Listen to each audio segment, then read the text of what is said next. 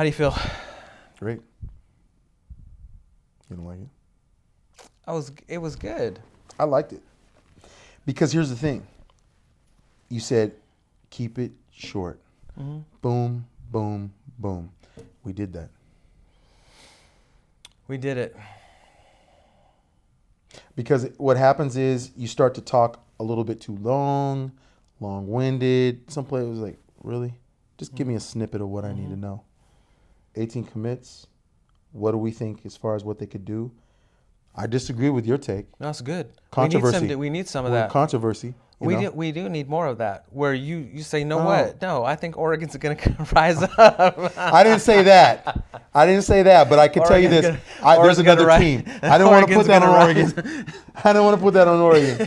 I did not want to put that on Oregon. I just knew that there was going to be another team. Could be a Stanford. Could be a USC. I mean, USC's in the South. I'm going to tell you, North. I've got the Huskies. I mean, I would love to see the Ducks just flip and turn this thing around and have most of what their issues were last year be up here, and with their coaching. If that's what it was, I think a lot of it was that. It was the mental bringing part of it. And bringing in the graduate transfers. I bet you they don't ever do that again. Here's my thing. I'll bet you they don't ever do that again. No, because you don't because look what got you there. Here's Chip Kelly and why Chip Kelly's a genius. Chip Kelly. Right. Bill Belichick, psychology. Mm-hmm. These guys are sitting up in front of the camera going, here's what they're thinking. I really don't want to talk to you guys. First of all, I'm not going to give away any of my secrets or my plans or anything that I wanted. I'm not going to give you insight into my mind. Right. This is what Bill Belichick is good at, and this is what Chip Kelly's good at. I'm not letting you in here. Right. I'm into you. Everybody's heads. I'm into your heads. Right. I'm into. You don't know it. You don't know it, but I'm in into your head. Right. I'm in the players' heads. I'm in the coach across the field from me. Right. I'm in his head. I'm in the fans' heads. This is how these guys are geniuses, and why they don't fit the mold. Like they're different than every other coach out there. They're just different. They're like a savant. Mm-hmm. Savants are weird. They're weird. You're like, what is wrong with you? Something's not right. Right. And then here you got Chip Kelly and you've got Bill Belichick, who are basically of the same mold. They're psych people. They mess with your head, which is why when they're in the middle of the game, you don't know what they're going to do. Right. And you're trying to figure it out. Right. And so you get lucky sometimes, but that's what it is. You get lucky. You were in the right spot at the right time. Other than that, Chip Kelly is running over you, through you, and around you. And that's what makes him so good. And that's why when you're following somebody like that and you're not fitting that same kind of mold, dude, all of the people, all the players, even the fans can look at that and go, we got you figured out. But I don't know who would have been able to follow Chip Kelly. The guy was basically, I'm surprised there's not a statue of Chip Kelly outside of the stadium right now. Yeah. That's how much revered this guy was. Because he comes in and he just totally transformed a program. Totally. And made the programs one of the most exciting things to watch. We had you had the uniforms and all that, and that's awesome. No, but it was what you were transcending on the East Coast. People were staying up to say, I want to watch this. This is exciting what's happening here. Look how fast they are. They're running 10-second plays. It's like 14 seconds. They're not even huddling. What are these guys doing? Oh, they got them down and ready already. They're looking for the sideline. Okay, now they got the play. And they're going, and the defense is like gasping for breath after like 12 plays, and he scores. Right. With 35 seconds, he's scoring, and the defense is already on their heels. He was doing things that nobody is doing. Nobody was doing. Right. And so when you look at that and you look at the psychology of it, you look at all that, it wouldn't have mattered if Nick Saban came in after him. Right. It would have been hard for anybody coming after him. That's kind of what makes it a little easier for Taggart, if you think about it, in some sense. But I'll tell you this right now, there's going to be a lot on Taggart as well. I mean, you've now, again, remember the bar has been set. Kelly set that bar. You got a player like Mariota winning the Heisman, and you have then, of course, Helfrich's trying to keep that going, the momentum going. But now you got Taggart coming in. And so, to me, the expectations don't change. So it's almost like this, right? Look at Nick Saban, who's also one of those that are kind of awkward. They don't fit the mold. Press conferences are horrid. Right. It's like he's playing a psychological game with everybody as well. It's like a savant. So can you imagine the guy that comes after Nick Saban? Right.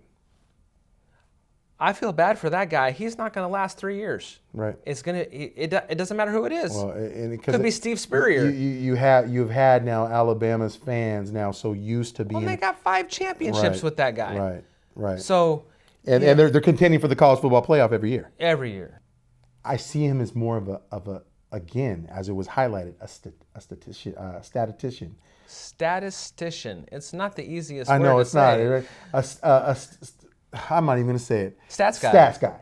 He's a stats guy that basically, to me, that's what he does well. And position wise, if it was a quarterback coach or offensive coordinator, I see him as that. Because it's cyclical. You're not going to, there's no way you can be on a 20-year run for you're going to take dips. Right. You have to. There's just no way. You've got, every 4 years is a new class. You have to change something up. You have a turnover every 4 years. So you're expected to, it's like when we made the national championship and then we had 4 years or so where we made another national championship. You've got time in there before you can actually make it to the big stage, unless you're Alabama. But every 4 or 5 years, you make it back to that stage. You sprinkle in some bowls, the Alamo Bowl, and you sprinkle in maybe Sun Bowl, and but they made Rose Bowl one year. Rose Bowl, Tostitos Bowl. Yeah. So I mean, you mix in some of those bowls in between those championship year runs. You got to buy in. And I think this is, again, you remember when we talked about that, is you have a good coach, you have a good system, you put that in play, but you got to have players that believe in that system. You got to sell that. If you don't sell that as a head coach, you can lose players. See it on the NFL level, they're getting paid. Mm-hmm. These are players that are student athletes that are not getting paid. These are guys trying to say, I'm trying to shine to the next level. Yeah. I want to make an NFL roster spot at some point. That's my goal, on top of getting a degree. If I can. So a lot of it is really, I think, seeing what they have, seeing what they're able to work with. You can do nothing but go up. But I think, again, Taggart has to be, and again, I think he's learned this, with the whole thing with the weight issue, weight strength conditioning issue. Well, and there was some other there's a flubs. Spotlight. There's a spotlight on this team. Yeah, he's not used to this. That's what I'm saying, and you can't be hiding it at University of South Florida, and hide from the media, hide from these things. You're looked at. This is Pac-12 football. This is and that's what I think at South Florida. You're asking for attention. You're wanting, come on down here, film me. Let's get noticed. We're going to try to do something. In Oregon, you're almost like, this is too much. Right. Get away from me. Right. I need privacy here. And with some of the decisions he was able to make, as he will admit, I didn't see it I saw it wrong. I need to learn from this. He admitted that, and that's the first step as a head coach that you'd want to do. But I think the thing is, though, now that you've learned that, now that you've seen and kind of got a taste what this media is, what Oregon is about, what the Pac-12 is about, what the competition is about, when you learn all that, now you have to be in a mode of saying, you know what? Now I got to be this general. Now I got to be this person that's going to be strong-willed, expect a lot from my players, and really, be on them. You really have to be on your players. Nick Saban does it. Chip Kelly did it. You have a lot of good coaches and do that. You have, the Oregon Ducks men's basketball team in the Final Four, right? Right. And these guys have talked about how they're a family. It's almost like they would go into battle and die for one another. Oh, you can see that. You can feel it and see it. And it's huge. And so I'm wondering, if Taggart can kind of tap into that. Not saying that he has that. I don't know if he does or not. But that, you know what? We've got to build something in here where we have to go into battle together as family and fight, and nobody else is going to do that except for us. See his model right now, you see a lot of times on Twitter, especially on social media, where it's do something, right? We see that a lot, hashtag do something.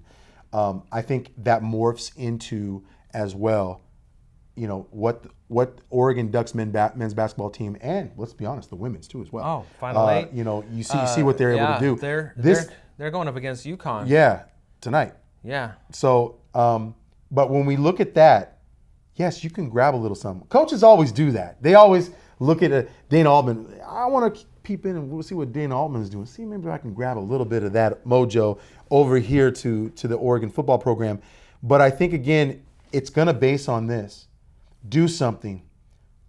These are your brothers out here. Mm-hmm. We're all fighting together. And if one falls down, you help them back up. I don't know if in Alabama or Auburn or some of these other college towns, you're going to have this player. Because some of them were saying, like, after that being hung 70 points on and then losing some of these other games to arrive to Colorado, Washington State, people are like going, you know what? I can see, no matter how great Nick Saban is, if he lost 70-10 to Oklahoma. Somebody's at his door. Or Auburn. Let's say Auburn. The Iron Bowl. Okay, 70-10 on the. I'll bet you that it would be a tough conversation. You can't lose like that. No. It is embarrassing. Listen, the Ducks are over the last 10 years, an amazing run. It's too bad they weren't able to lock down one of those championships like against Auburn. Right, and also look at how many points they were hanging on people too as well. Losing on a last-second field goal to Auburn when they really had them beat. You know, it's too bad they weren't able to seal the deal because they had one of the best 10-year runs ever. Right. Except for maybe Alabama, who obviously wins it every other year. I think theirs was even better than Alabama's. Well, not from the championships. No, because except for the championships. Right, except for the championships, but I mean the run. Yeah, you had, virtually no losses in a 10-year period. Right. Virtually none. And just at the end of the season, you're not able to seal the deal. You know, and it's just too bad they weren't able to do that because they had one of the best 10-year runs ever. Right. And they were the ones hanging 70. Right. Pulling back in the fourth quarter. 70 points in 3 quarters and then pulling everybody back. Right. Could have been 80. Could have been 120 exactly. because they pulled their starters out. Chris Peterson said it, yeah. They pulled their starters out. After halftime sometimes that you didn't see some of these guys playing. We've also seen this from an aspect of also, too, when we think about good, big programs. Let's just throw out another one out. Ohio State? USC. They didn't put up much with Lane Kiffin. No, not very much. They didn't put no. up a lot with Steve Sarkisian. Oh, that was 5 minutes. Right. So this was Lane Kiffin on the bus. Lane? Yeah, you're let go. Beat it. That's basically what it was off of one loss. So these, again, I think what Oregon has to realize, they are a big-time program. You cannot settle for anything less. You can't. Okay, so let's put it this way then. How much time do you give Willie Taggart? You give him 3 years like you would give Chris Peterson. So you give him 3 years to turn this thing around. Yep. So if they are not contending for the Pac-12 championship in 3 years, he's gone. Yes. Do you think they can do that? Yes. Do you think they'll do it this year? No. Next year? Yes. See, that's where I'm leaning, is that I think they'll make a bowl this year. The Huskies are too good. Mm-hmm. Not going to beat the Huskies. They got the North, in my opinion. Mm-hmm. Maybe Stanford, but I think it's the Huskies. They're just too good. You're going to lose to the Huskies again if you play them this next year. But let's be clear about this, though. That's in the North. You right. also have a South Division. You do. I think USC comes out of that South Division. USC, I do believe they will. I think that USC will come out of that South Division. They are really good. Yes. And except for a few bounces, they could have gone a lot further than they did. Alabama game right off the bat. Right. That was a shocker. to some extent to get beat that way. But I saw when I went to University of Southern Cal to watch Oregon and them play, USC was just they're a good team, a top notch. They're a good team.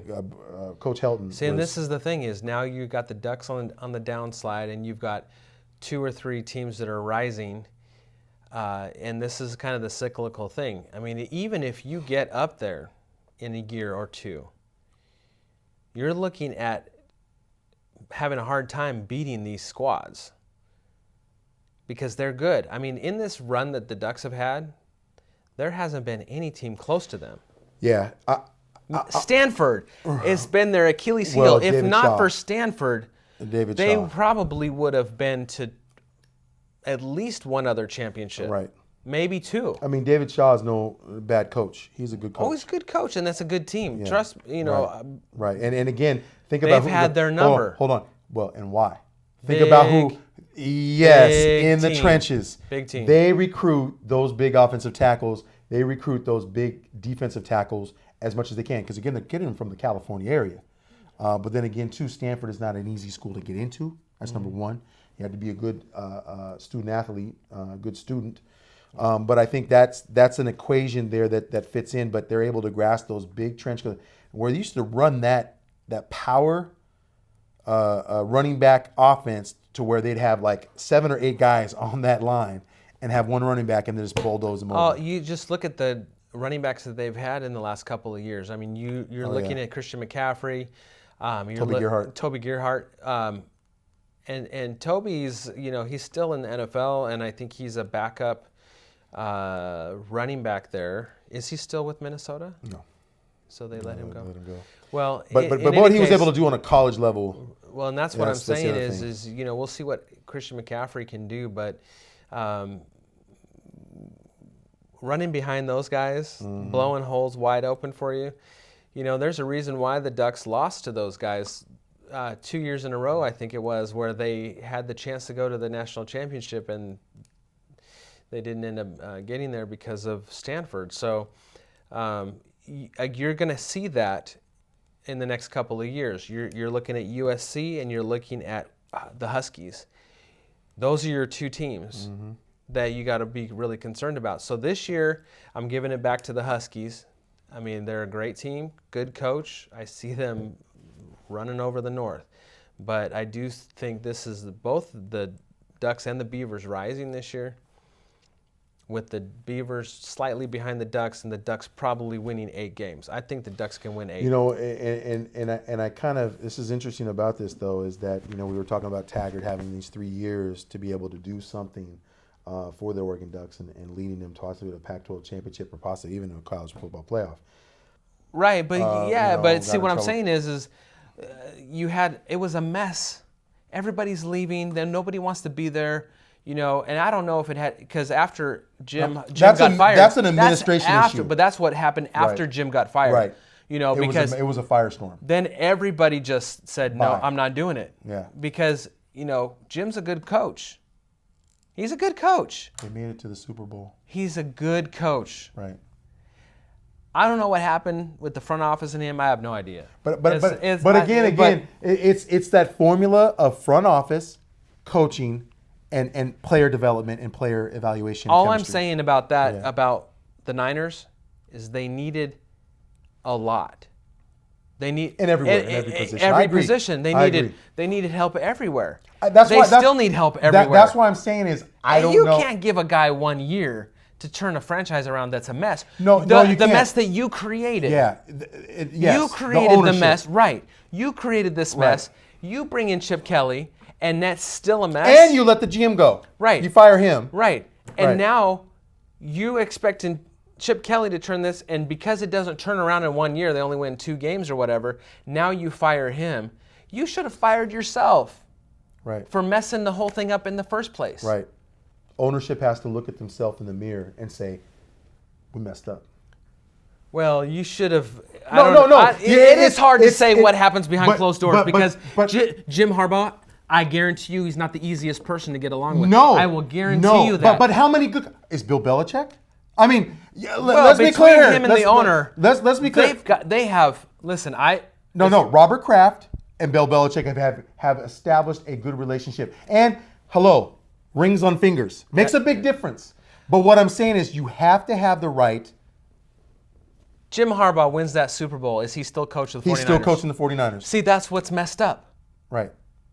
Jim Harbaugh is a good coach, and his brother just outcoached him in that Super Bowl. Right. In fact, he had it for the first half. And then the lights went out.